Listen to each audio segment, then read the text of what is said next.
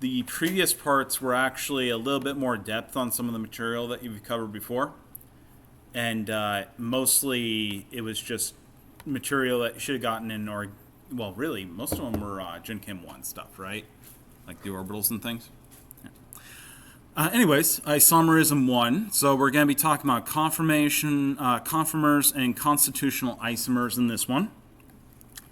And so there's going to be a kind of flow chart that's easiest to make this in your mind as a flow chart and sort of go through this. Eventually, you'll get this down to the point where you don't have to do that. Okay? So two molecules are isomers of each other if they have the same molecular formula, but they're different in some way. These differences can give rise to different types of isomerism. And so there's not just one type of isomerism. Isomer, as in iso, similar but different, right?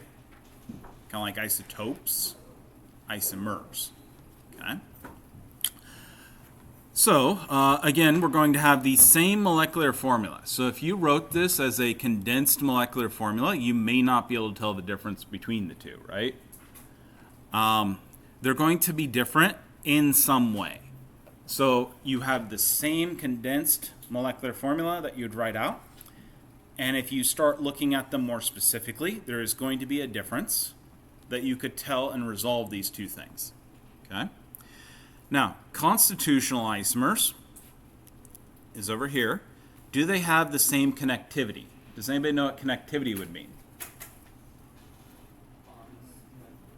Yeah, the same order of things in the same way, connected in the same way. Okay? And so if that answer is no, then they're constitutional isomers. Constitution meaning they're different in their constitution or their arrangement, right? If that is yes, then they are stereoisomers. Okay? Anybody ever heard of stereo? Like a stereo system? Yeah. Meaning they're different in their three-dimensional orientation, aren't they? Okay. Difference by rotations about a single bond only. If they're different in such a way that's not just rotation around a single bond, which usually freely rotates, right? Then they're going to be configurational isomers. If that's a yes, then they're conformers. Conformers meaning that's a temporary difference. Okay? It's not always going to be different. It's dependent upon did you provided energy for this top to spin. Okay? Kind of like a wheel, right? When it's stopped, there's a difference between the different positions of the wheel, isn't there? When you're driving, you can't really tell the differences between the parts of the wheel, right? Then we go down to configurational isomers. Are these mirror images of each other? If that's yes, then they're enantiomers. If that's no, then they're diastomers. Okay? Kind of the easy way to remember this is enantiomers, mirror, diastomers, two different things, not mirror. Okay? Okay, so again, pairs of conformers, these can be called conformational isomers, differ only by rotations around single bonds. They are types of stereoisomers. Remember, this is under this, stereoisomers. The conformers have the same connectivity, meaning all the same atoms in both species are bonded together by the same types of bonds. There's not going to be a double bond in one and a ring in the other. Okay? You can't have that much difference. To talk about rotational conformers, we need a way to write these things in such a way we can actually see rotations, right? Our normal way of talking about these things didn't allow that, okay? In fact, we kind of talked about it in that problem that somebody had asked me, and I was talking, yeah, there's music or something being played. So we had kind of talked about this before, where I had tried to demonstrate the difference between two things, and I was talking how you need another way of writing this. That's actually Newman projections before, okay? And so these are going to offer convenient ways to illustrate rotational conformations. This right here is the Newman projection. Whenever you're looking at a Newman projection, you're always going to choose a bond, and then you will look down that bond. In this case right here, we're looking down that bond this way. And so our eye is looking down that carbon to the next carbon. Now, having said that, if you look down something straight, what happens? So we have my pen here. Okay. You can see both sides of the pen, right? Front and back. What if I look down that pen? Can I see the front and back? No, they obscure each other, don't they? Okay. And so a Newman projection always has two, usually carbons, but two atoms that are going to be overlapped, and you won't be able to see the two. Okay? When we write these, the one in front comes to an edge. See how these red ones are coming to a single point? That's the front carbon. Okay? The one behind it gets represented by a circle. See that circle there? That's the carbon behind. And see how these things that attach to that carbon don't go all the way to the center? Okay. Those are representing that they're attached to that rear carbon. The ones that are attached to the front one go all the way into the center. Can everybody see that okay? Okay. Okay. So again, we're going to have two atoms directly connected by a bond that's of interest. They're going to be shown explicitly, like so, with this being the front one and this one being the rear one. Okay. The nearest atom, again, is going to be depicted as a point, because if we did it the other way, you wouldn't be able to see the other one. That's how, perspective works. The more distant atom is depicted as a circle, because, again, that's how you'd have to do it. The other way wouldn't work. Bonds to the front atom again be converged to that point, because it is the front atom is that point, right? Bonds to the rear one are going to converge to the circle, which represents the rear atom. Note that we would then rotate this 90 degrees to get that perspective. Okay? Okay, can everybody kind of do that in your head? Okay. Yeah, it's okay if you can't. There are many types of intelligence, and that's its own category. Okay? And it's a weird thing. Some people can do it, some people can't. It's not a big issue, unless you want to go into this. In which case, it would slow you down a little bit, but not that much. You'd be okay. Okay. And that's that. Now, does anybody have any questions so far? Okay. Can everybody see that Newman projection okay? And how it relates here? You see this one that comes out this way towards us? That's that one, isn't it? Okay.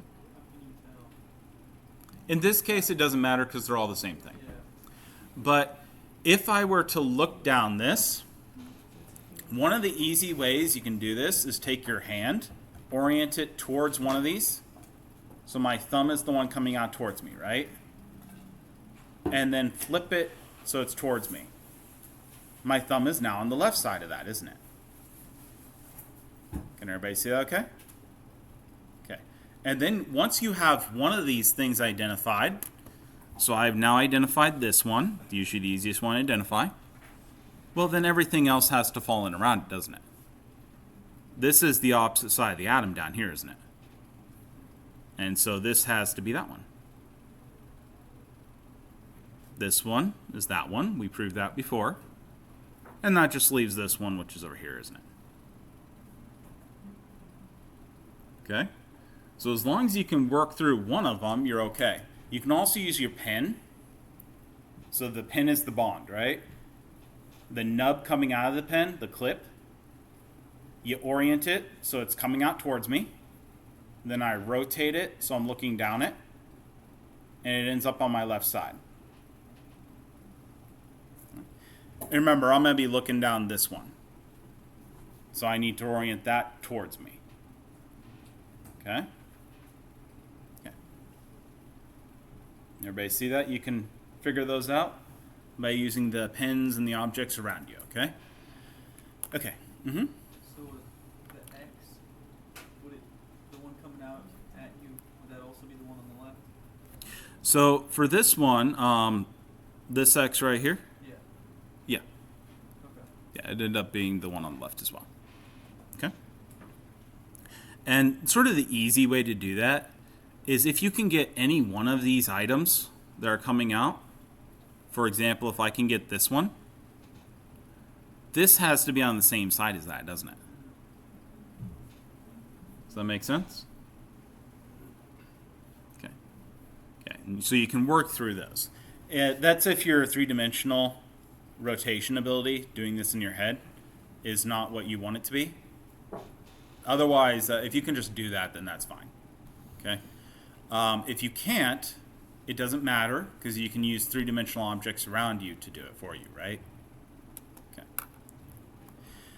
Okay, so these are what are called dihedral angles. So each angle of a rotation is going to define a particular dihedral angle. A dihedral angle is going to correspond between the angles as they would appear in the Newman projection. Actually, the exact definition of a dihedral angle is it is the plane that is composed of three atoms and then the angle from another atom off of that. Okay? That's actually the exact definition of dihedral angle. But if you do a Newman projection, the angle that you would see in a Newman projection is the dihedral angle. Okay? Okay. Is everybody getting that all right? Did I lose anybody there? So if we look at this, what's the total angle around, by the way? 360. That's a complete circle, right? Okay. So 0 and 360 are always the same, aren't they? Right? And so we have the same thing here, 0 and 360. They're overlapping. I know they don't look like they're overlapping. I couldn't actually write overlapping, right? You wouldn't be able to read it.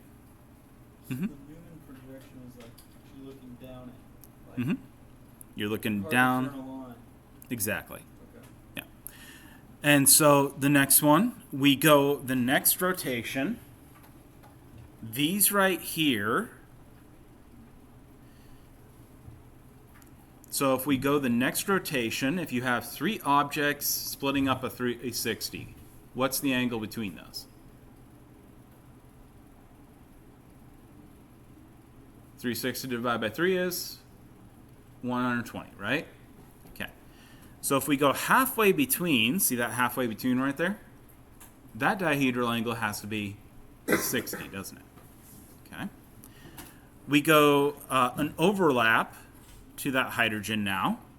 That has to be 120 here, right? Okay. We go on the other side of that hydrogen right here. That's then a 180 degree difference, isn't it? Or straight on the other side. Okay? Okay, and then 240 is this next one here, and then this is 300. Okay. Or another way of saying that is it's negative 60, isn't it? See, that'd be negative 60 if we went the other way. Okay. Okay, I know, three-dimensional geometry. Ooh, fancy. Okay, now let's draw the Lewis structure for the molecule with the following Newman projection. So go ahead and give me the Lewis structure. Work on drawing that. Wow. Do I need to leave the door open? Does that help at all? Feels a little hot in here. Yeah, it is really muggy and hot.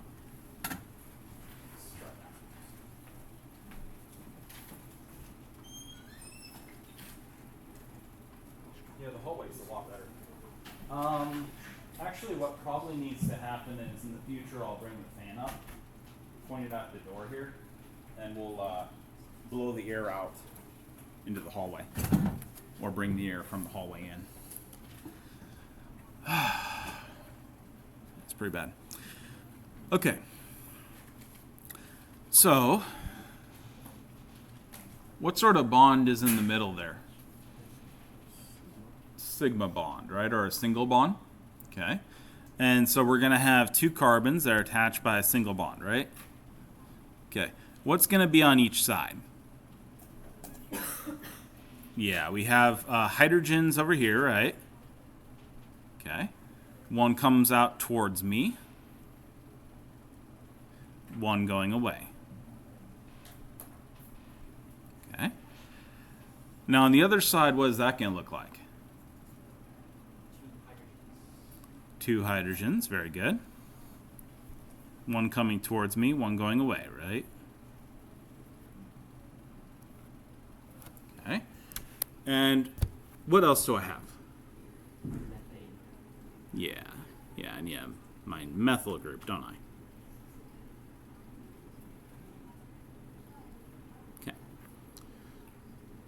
Okay. Anybody have any questions about that so far? Okay. So, let's go ahead and talk about some conformational analysis.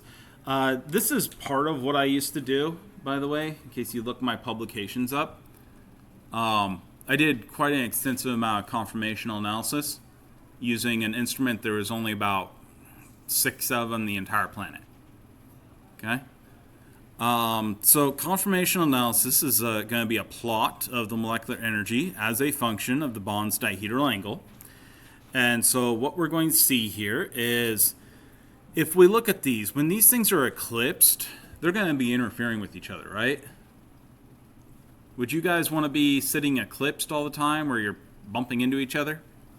No. And so that's going to be the high energy state, right? Okay. And that's these states up here. See how those are high energy? Okay. These right here are what are called staggered. Notice they're much lower energy, aren't they? Okay. Notice how are you sitting? You are sitting staggered, aren't you? Why are you doing that? Lower energy or more comfortable, right? Yeah. More stable. Hey. And so these again are the staggered conformations. In this case right here, because we're all hydrogens everywhere across, they're all equal, aren't they? What are equal energy states called again? Degenerate. Yeah, those are degenerate. Okay? Okay, and so what would happen here, these eclipsed ones? Basically, those are the energy barriers we have to overcome, aren't they? And so it takes energy to get past those. Once we get past those, we'll snap into these spots down here. In which case, we'll be stable again. Okay? Okay.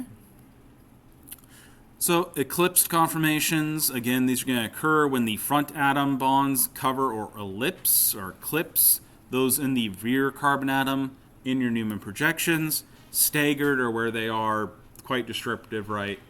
Staggered between each other. Okay? Okay. And so those will bisect the bonds on the other part. Now, torsional strain and electron repulsion. So the difference in the energies between the staggered conformation and the eclipsed conformation is going to be the result of that torsional strain. So torsional strain is going to be the increase in energy that arises from that eclipsed conformation right here. And it's quite literally the electron orbitals being too close to each other, right? So once they get too close, the negative charges start repelling, don't they? Okay? Anybody ever taken some balloons and had them near each other? Okay. Same thing happens actually because they build up charge on them. And so you see the balloons are constantly going like this, right? And so whenever they get near each other, they always whoop, whoop, slide across from each other, right? And same thing here. So this again is the energy barrier you have to overcome.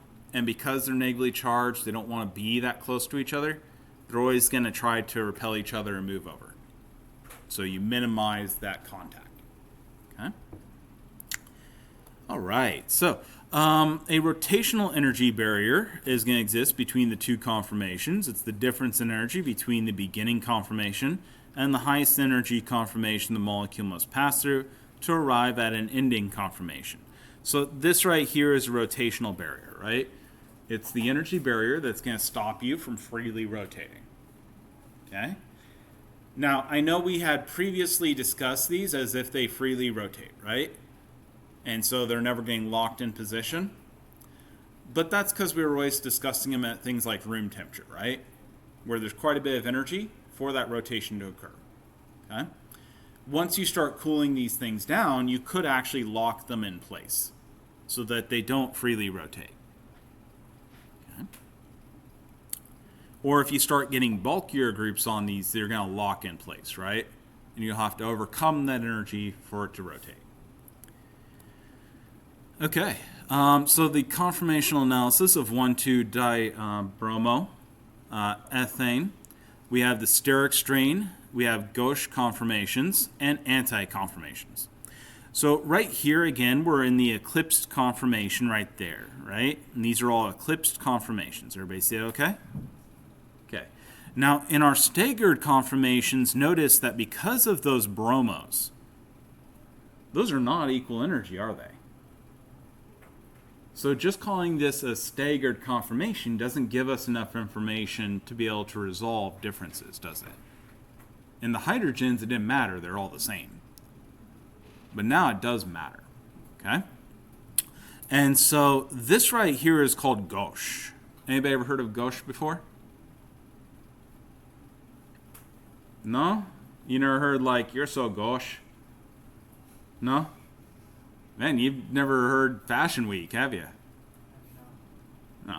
It means a bit off. Okay? It's French. Blame the French, okay? Okay. No. In fact, all this language for these, blame the French or Germans, is one of them. Okay. So gauche means it's a little bit off. So the bromines are the 60-degree separation. Okay. If you have two bulky groups that are not attracted to each other, they're gauche, it's probably going to be higher energy, right? Okay. Now, this right here is typically called the anti or trans. Okay, trans meaning different sides, anti meaning different sides, right? And so this is where the bromines are on two different sides of the Newman projection. They have the maximum separation, and so that's the lowest energy, most stable form. Okay. Anybody have any questions about that so far? No? Okay. Notice that when you have to pass the two bromines by each other, what's going to happen? Yeah, it's going to be the highest energy state, right? Why are these half humps here? Why isn't it a full hump?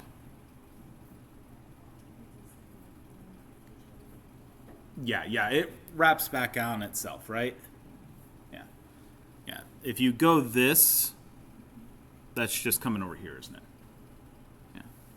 Because 360 and 0, same point in space, isn't it? Okay. So, again, when we're looking at gauche conformations, when we're looking at the fully eclipsed conformation, we're going to have these bromines start crashing into each other, right? And that's because they're bigger. They're quite a bit bigger than a hydrogen. And so those electron clouds, they actually start coming in contact. Okay? All right, so the anti-conformation 180-degree separation in the Newman projection, can you get any greater separation? You can't, can you? No. Gauche conformation, the bulky groups are 60 degrees apart in your Newman projection. Can I just say 60 degrees apart? Wasn't this 300? Or I could say negative 60, right? Yeah. So if I can say negative, just 60, and I'm implying either direction 60, right? I know, it's 3 dimensions. You're so used to thinking 2-dimensional space, aren't you? Yeah. So substituents that are gauche to each other are going to contribute steric strain to your molecule. Substituents that are anti to each other do not. They're far enough apart that they shouldn't interfere in any significant way. Okay? Or another way of thinking of that is to interfere with each other, they have to go through the whole molecule, don't they? So that's almost never going to happen. It would be an incredibly rare situation. Okay? Realistically, you shouldn't see that. Now, longer molecules and zigzag conformations. Why do we always write this damn thing zigzag?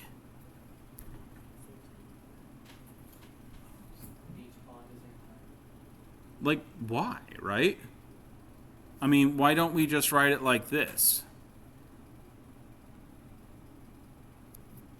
That would have been faster, wouldn't it?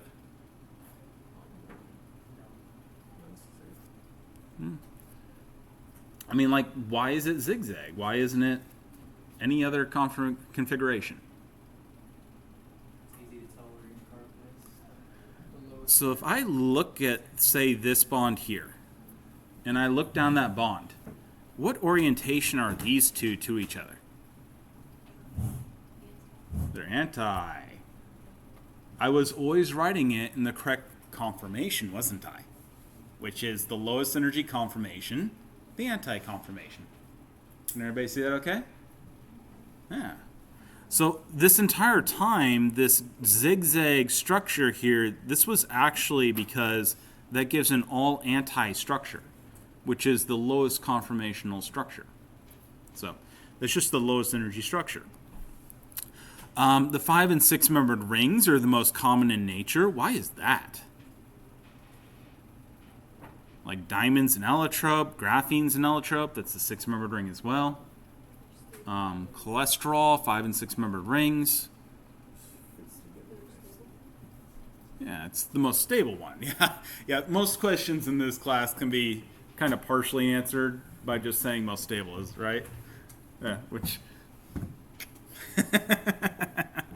you found the pattern. It's kind of like biology and surface area, right? So these are the ones that give you the least ring strain. Okay? So typically how we talk about this and how chemists are going to attribute this is much of the instability of the ring sizes is what we would call ring strain. And that's the increase in energy that's due to the geometric constraints of our ring, right? So when we try to make different shapes with our hands or any other objects, right, we're going to have a certain amount of strain that's going to come up, okay? And that's because the natural angles that you have to be to create that shape, right? And so when we look at this, the cycloalkanes are going to consist of CC single bonds. The torsional strain and the steric strain are going to be your two major contributors to that ring strain value. We already talked about the torsional strain up here, remember? That's this stuff right here. Okay. So those are going to be your two major contributors to the ring strain. The third major contributor to that ring strain is going to be your angle strain. This is going to be what happens when you have the actual bond angles that differ significantly from your ideal bond angles. What is your ideal bond angle for tetrahedral singly bonded carbons again? 109.5-ish, right? Yeah. Okay. So if we look at, for example, cyclopropane right here, you see that ring strain is very high, isn't it? See that? 115.8 kilojoules per mole. Okay? And what does that mean if you have a very high number there? Well, it means breaking that ring releases energy, doesn't it? Okay? And if you have something under strain like that, where you can release energy, it's going to be high energy unstable, right? Okay. And so these fall apart very easily. So do these, actually. If you were to just leave this in a glass tube, like over the weekend, exposed to light, a certain amount of your sample will actually fall apart and react. Okay? Yeah. I worked a lot in 3 and 4 membered rings. You had to keep them in the dark and cold, or else you wouldn't have any sample left. And they were also typically explosive to air when you substitute anything on them. So, yeah. Also quite toxic. So, this right here, cyclopentane, that's 5 membered ring. See, this number is very low, isn't it? Okay. What would be the angle you'd need to achieve to make a 4-membered ring there? 90, right? Is that very close to 109? No, it's pretty far, right? How about a 3-membered ring? 120, right? 360 divided by 3. And so, again, we got even further from being a 109.5, didn't we? Yeah. Okay, this right here being the 6-membered rings and the 5-membered rings, quite stable. When we get up to the 7-membered ring, notice we start getting, again, less stable. So your 6-membered rings actually have the closest and most ideal for your rings. Okay? Your cyclic compounds, 6-membered rings typically are the most stable, right? And the 5 and 6-membered or 7-membered rings are the ones that are going to be a little less stable from there. Okay?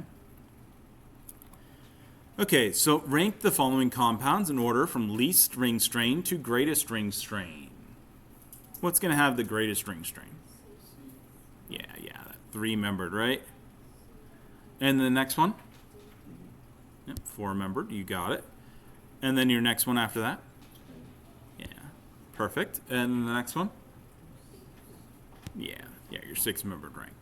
Fantastic. Absolutely perfect. Okay. Mm-hmm. You said that 109.5 is ideal? Yeah, 109.5 is ideal. Is that close to 110, which is kind of unstable? Hmm? I thought cyclobutane was unstable. Yeah, cyclobutane is unstable. This is the energy. Oh, okay. Yeah. No, you're good. Okay, so why doesn't cyclohexane have any ring strain? Like if you just take 360 divided by 6, that does not give you 109, does it? Anybody know what that gives you? 60, right? What the hell, Dr. Clausen? What in the world, right? You're messing with me. And so what's happening here is that when you have a 3-membered ring, it can't make anything else but a plane, can it? It's flat. You can't bring one of those out of the plane and make it more stable. Okay? But once you get larger and larger rings, you can start bending those, can't you? So a 6-membered ring actually makes a configuration that's called a chair configuration. See the beach chair? Okay, so what happens is one of the parts comes down like that, and then you have a plane of the seat that's made of these 4 right here, those 4 carbons. And then the other part comes up like a head. Can everybody see that one okay? Okay. And that structure actually helps to minimize any strain. It's about 111 degrees, which is pretty close to 109.5, right? Yeah. This is actually what it looks like from the side and Newman projections. So what we've done is we've looked down these 2 bonds. Can everybody say okay? Okay. And so here you have the head, here you have the legs. And here's 2 of those carbons overlapping each other, and here's the other 2 carbons overlapping each other, right? Okay. And so what do we see when we look at this? Well, we see that we actually are in a configuration that's a staggered configuration, aren't we? Okay? And that's helping minimize that torsional strain as well.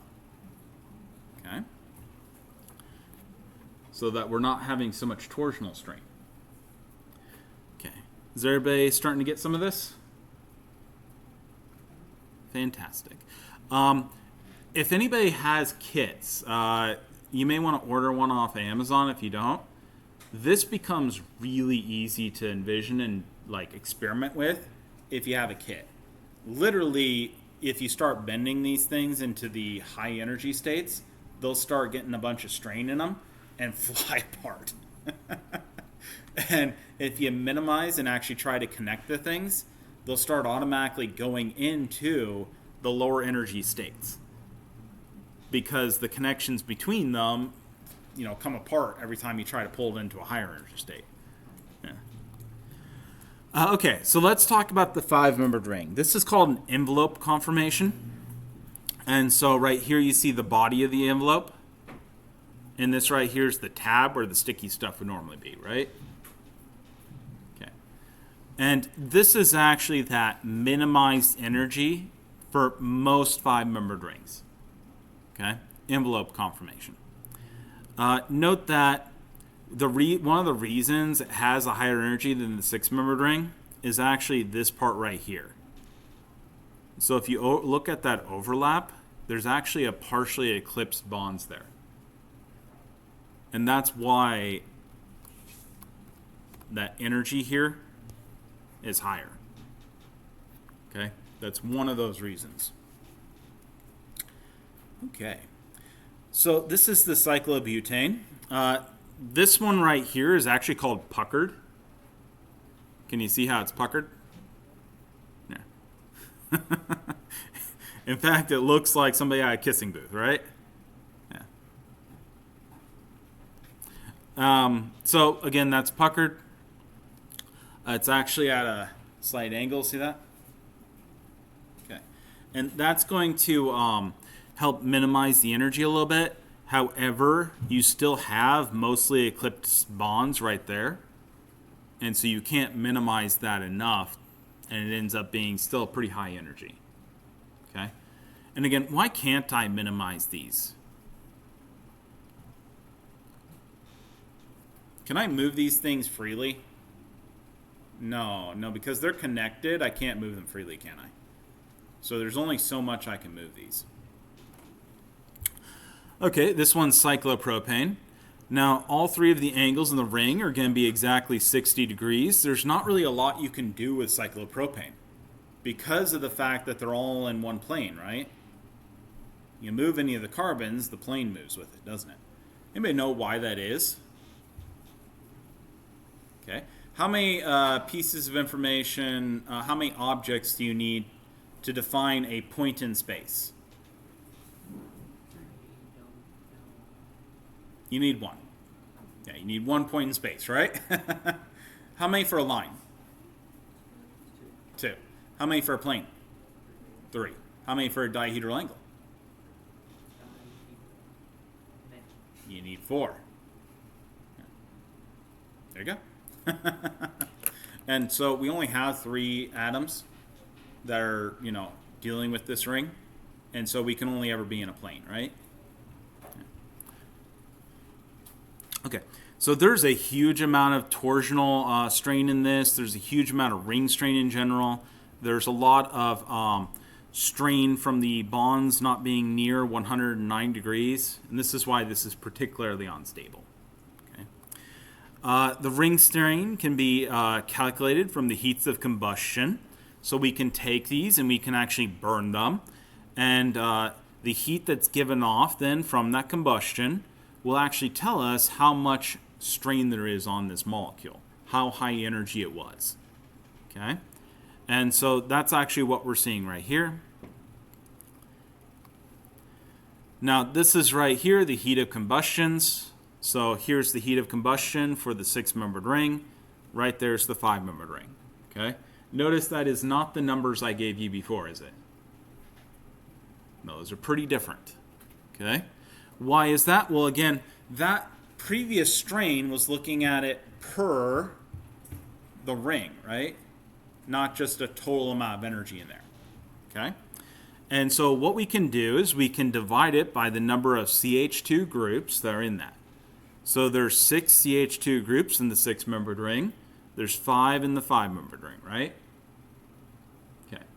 And then what we can do is we can put the strain per CH2 group of a straight chain. Okay? It's something that can minimize the energy as much as it can. Okay? And we end up with a number pretty close to 0 for the 6-membered ring.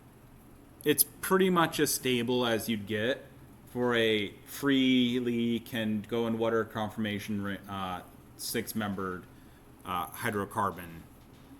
Okay? If we take that difference here, what we find out is about 5.4 kilojoules per mole per CH2 group for the 5-membered ring. And so we multiply it back with 5 again, and we get to the 27 kilojoules per mole that we saw was the ring strain number, isn't it? Okay. And so that's actually the energy that's associated with its ring strain. Okay. All right, let's talk about axial and equatorial bonds.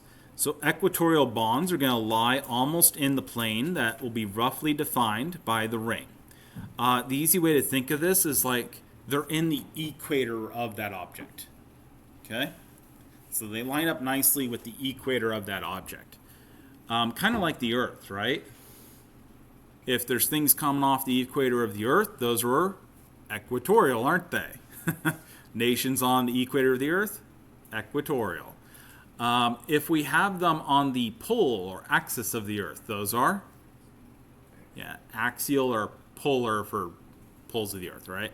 But yeah, axial. And so axial are going to be perpendicular to that plane. Is that making sense so far? Fantastic. Note that the plane is just going to be trying to put all those carbon atoms as close to a plane as you can. Okay? This is actually the way you would set these and figure these out. It is quite helpful actually to figure these out. Is everybody clear why these are axial and equatorial on this figure? Okay. It will get a little more confused once we start looking at other figures, but I want you to have a reference in your head to work from. Okay, so when we have a chair flip conversion between the two different conformers, so the head goes to the foot, see that? And the foot goes to the head. Everybody said okay? Okay. So what's going to happen when we do that is notice that the ones that were equatorial on the foot now are going to be what? Axial. Yeah, just like if you were to take your recliner and flip it, right? Okay. The head goes from being equatorial, doesn't it? Up, which is axial. Okay. Okay, and so when we're flipping the foot to the head, what's going to happen to a hydrogen that was axial? It'll now be equatorial, won't it? Hydrogen that was equatorial before now becomes axial on that head, right? Okay, very good. Okay, now let's look at the energy diagram for that chair flip. So when we go through that process of the chair flip, we're going to have to go and rearrange through different states, aren't we? Okay? Or you can actually, again, use the recliner. There's a spring to put tension on recliners. When we're between states in the recliner, there's strain on it, isn't there? Okay? And it wants to snap back into one of those two states, doesn't it? Okay? Same thing's going to happen here. We're going to go through higher energy states. And those higher energy states are, here we have a chair conformation. That's the lowest energy state. The next state we'll go through is the half chair conformation. That's where we have one part sticking completely out. We haven't made it to the other direction yet. Okay? And that's going to be very high energy, right? Because look at what you're doing to those angles and the overlap between these things, right? That's a mess. Very high energy. And so this is actually going to be what's called an energy barrier, isn't it? It's the energy you have to overcome to go to the next state. Just like the recliner, right? Has anybody ever seen like an older person getting off a recliner or trying to get off a recliner? Yeah. And what happens when they try to get that leg about halfway down? They don't. Yeah, they don't, right? It snaps back up on them. Yeah. And you have to overcome that energy state, don't you? Okay? Same thing here, right? Again, that's the energy barrier. Okay, and so the next part, this is going to be called the twist boat. Yes, it literally would be like taking a boat that you've made and just putting pressure in two different directions. So everything twists slightly out of angle. Okay? It looks exactly like that. We're very descriptive in this type of chemistry. So twist boat. This would actually be a stable conformation. Why do I say stable conformation, by the way?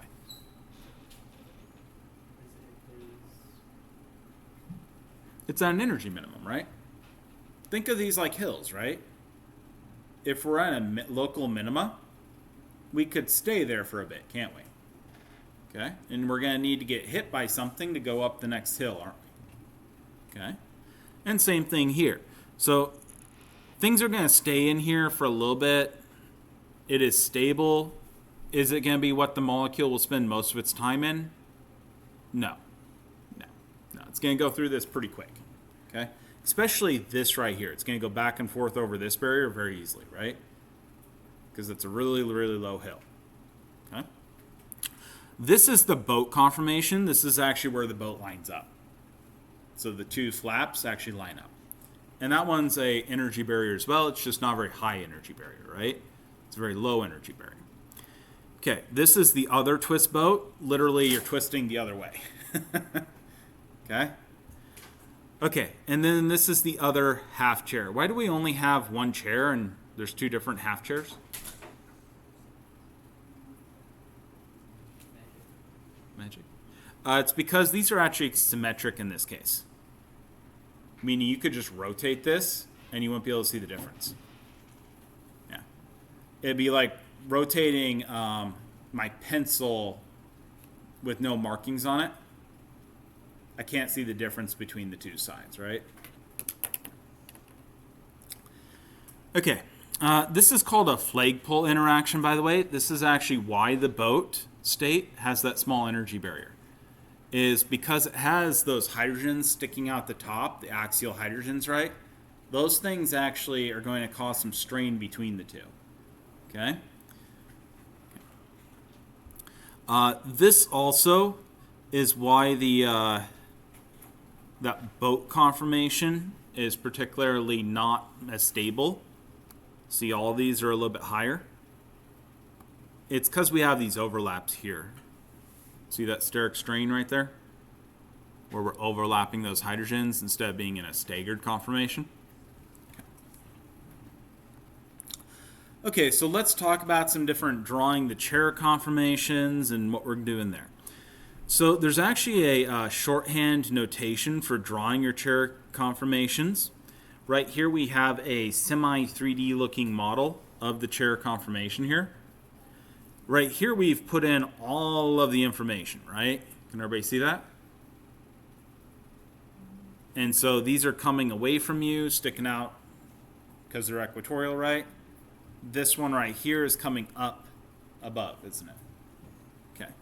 And then this one's coming out towards you, and so again, that's that equatorial, isn't it? Okay. And you can see those from that fairly easily with a little practice, maybe.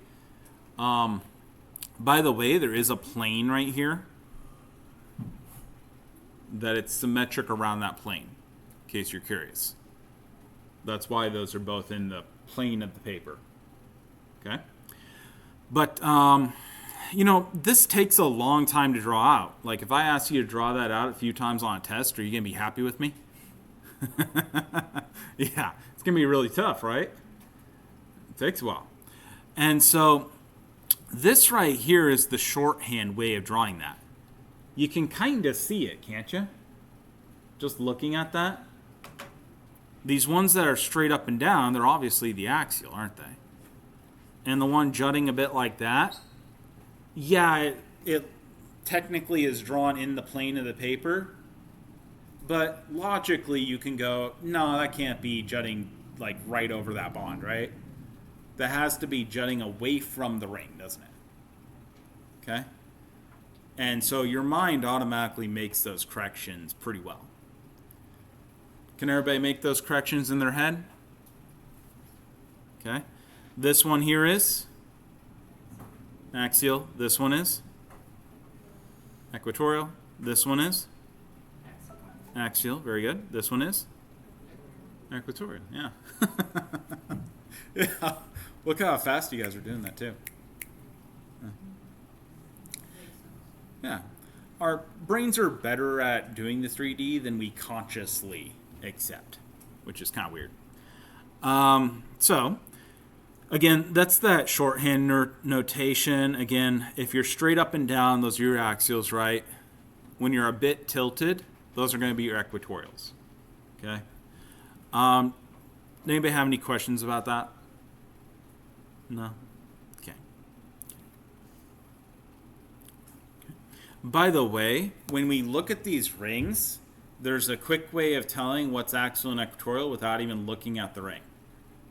If it's an even ring like this, then if you're on the bottom, every alternating one has to be axial, doesn't it? Or if you're on the top, every alternating one needs to be equatorial or axial, yeah. So you're always going to alternate every other one, aren't you? Okay? If you're on the same carbon, the one on the bottom, that's axial, isn't it? The one on the top has to be what then? Equatorial, yeah. Okay. You seeing the patterns? Okay. You can memorize the patterns. It's just, I wouldn't really recommend memorizing. I would just get comfortable with working a little bit in 3-dimension. But if you need to memorize them, please do, okay? So again, this is that chair conformation for cyclohexane. We've color-coded it now. Each of the carbon-carbon bonds is going to be parallel to the one that's in the opposite in the ring and to the pair of equatorial carbon-hydrogen bonds. The 6 axial CH bonds are also going to be parallel to one another. You see how all of those are parallel? They'll have to be parallel because by definition axial, right? Kind of like all flagpoles are parallel. Yeah. Okay, so this is actually going ahead and drawing it. Everybody go ahead and please practice this with your drawing. Okay, ready for it? Okay, we're going to make 2 parallel lines, which are the carbon-carbon single bonds, excuse me. Everybody got that so far? Okay. So for the next one, we're then going to, has anybody ever drawn in perspective? Okay. If anybody's drawn in perspective, then this is really, really going to be easy for you. Okay. So the next thing we're going to do is we're going to make an up line like that and a down line like so.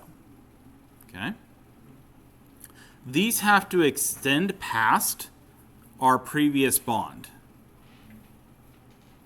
Okay. I did that on purpose so that you could see my extension past. Can everybody see that? Okay. So you need to stop them about twice as far past that line right there. Okay? Okay. Can everybody see that? I have like a double extension. Okay. The reason you're going to have to do that is you need another carbon-carbon bond that comes up into it. Can everybody see that one okay? Okay. So again, to repeat, you put them parallel at a diagonal like so. They need to be extended past each other. Then you write another line extended past again, like so. And then you write in the last bonds. And see, I always get a perfect 6-membered chair. Okay. Okay. All right, so once we have our foot and our head identified, the head being the one that points upwards, the foot being the one that points downwards, right? Then we can start writing in our axial and equatorial hydrogens. Our axial are going to be drawn straight perpendicular up, okay? And they need to alternate, don't they? Okay. And so they're just going to be the alternate ones every time. Everybody okay with that so far? Okay. On the other hand, my axial on the other side need to go downwards. And again, they just need to alternate on each one.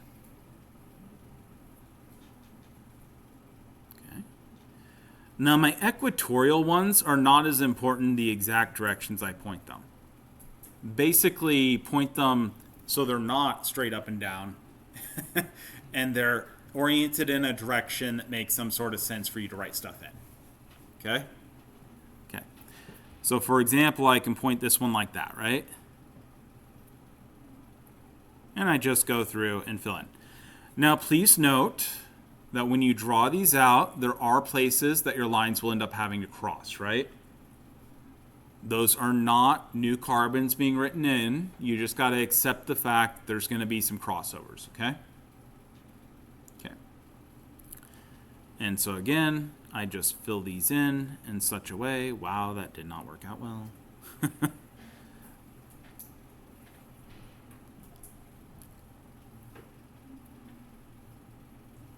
Jesus. I need to get a pen. Okay, let me go ahead and do that on the board real quick. What the hell? There we go. Okay. Okay, again, so we're going to do it one more time. Ready? Okay. Okay, and then it's half-half. Give myself some tail room. Half.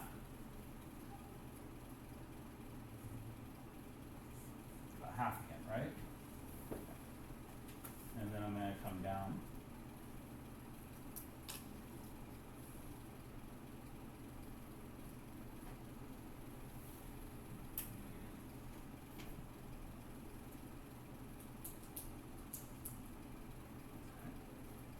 And then, you want me to make that sharper, or are you guys okay? Okay. You can tell the difference, carbon right there? Yeah. Okay.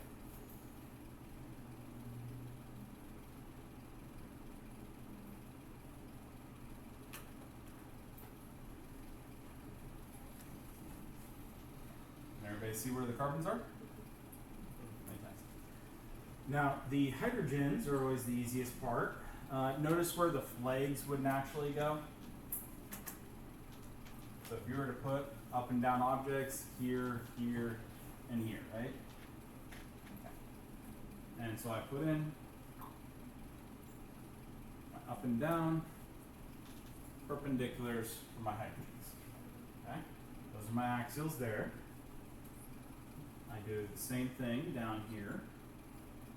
Now, this one's actually big enough, I don't have to cross if I don't want to. If I'm real careful, I can actually write in my hydrogen like that. Okay? But if you're not careful enough and you can't write it in small enough, feel free to cross, okay? Okay. Am I missing anything? My equatorials, yeah. And so those just go somewhat straight out.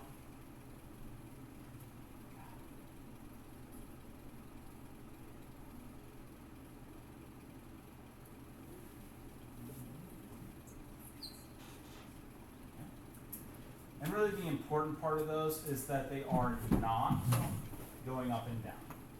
Okay? Now I'm doing this big enough that I can actually write in my hydrogens very easily.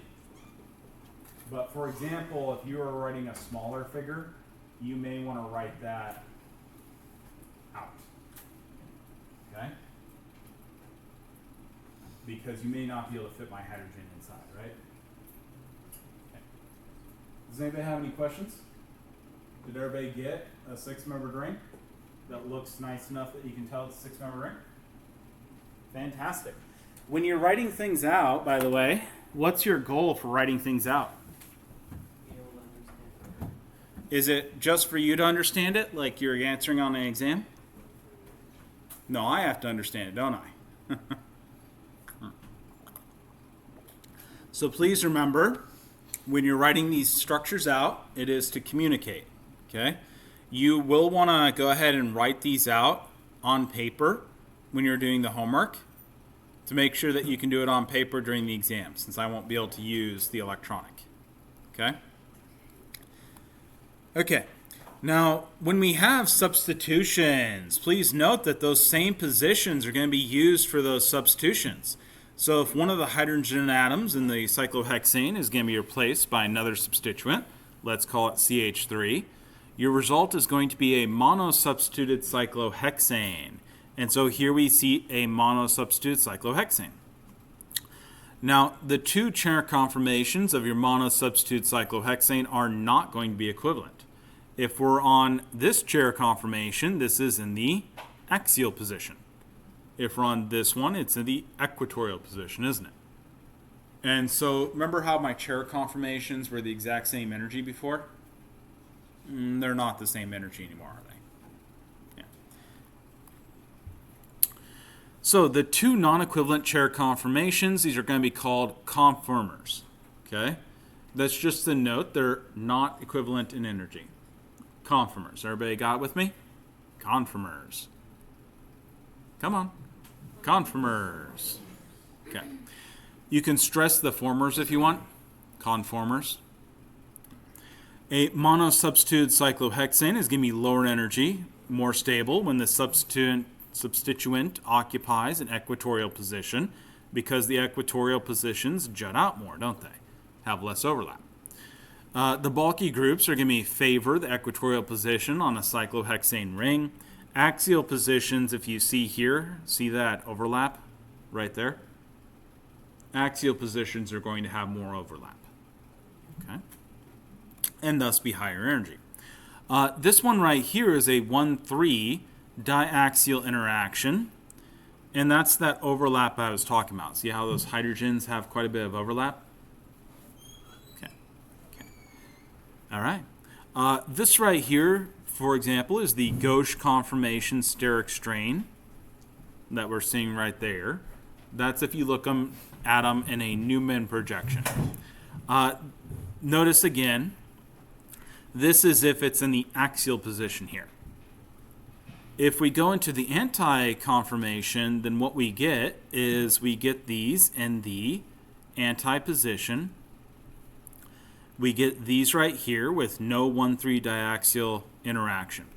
So again, that's that equatorial position. Minimizes both of those energies, and so that's the lowest energy by quite a bit. Okay. Anybody have any questions about that so far? Okay, fantastic. Now, let's talk about the steric bulk on chair flipping. So the bulkier the substituent on a cyclohexane ring, the more favored the chair conformation with the substituent in the equatorial position will be. So when we have something fairly small like hydrogen, it doesn't make any difference because it's the same energy difference each time. Okay? Being in either chair is the same. When we get something like OH, it starts getting significantly more energetically favorable to be in the equatorial position, right? And as we go down and get bulkier and bulkier groups, for example, right here, see that tert butyl? So this would be a C with a bunch of other C's off it. Like that, right? Real big and bulky, okay? And so what you see there is that it basically doesn't spend any time in the axial, does it? It's almost always in the equatorial position. And again, that's because it's so bulky, it's going to have this huge 1,3 steric strain right here. Because this would be coming out even more, right? Yeah. It's going to have this huge overlap right here and here. And again, cause a lot more strain. Okay, so the chair flip does not switch a substituent from one side of the plane to the other. The cis-trans relationship between any pair of substituents on a cyclohexane ring is actually independent of the chair conformation the species is in. Substituents that are cis to each other on a cyclohexane ring will remain cis after a chair flip. The equatorial axial will change, but the cis-trans to each other will not. Okay? They'll end up still on the same side. Again, if they're trans to each other, they're going to remain trans. They'll both end up flipping equatorial axial, though. Okay. Since your cis-trans relationship of any pair of substituents is unaffected by the chair flip, it's often more convenient to represent the substituted cyclohexane using a Hawthorne projection. This is a Hawthorne projection. Notice you basically just write out the ring as if it's in a plane. Okay? So this being your Hawthorne projection right here, you write it out as if it's a plane, and then you write them above or below. Okay? And this lets you easily see whether they're cis, like that, same side, right? Or trans like this, different sides. Okay. Can everybody see those okay? Okay. And notice again, that has nothing to do with it being equatorial axial. Okay? It'll be independent of that. Okay. Okay. How are we doing for time, by the way? It is time? Okay. You all have a wonderful day. I will see you Wednesday. Anybody have any other questions? Do the chairs always have the same like numbering, like 1, 2, 3, 4, 5, 6? It depends on your substituents. Okay. Yeah. So in all of our cases, we've been starting off with one substituent here and calling it 1. And then we minimize that numbering to the next substituent, Okay. 3. So it's still like the same thing. You give the lowest Mhm. number. Yep. No difference in the rules.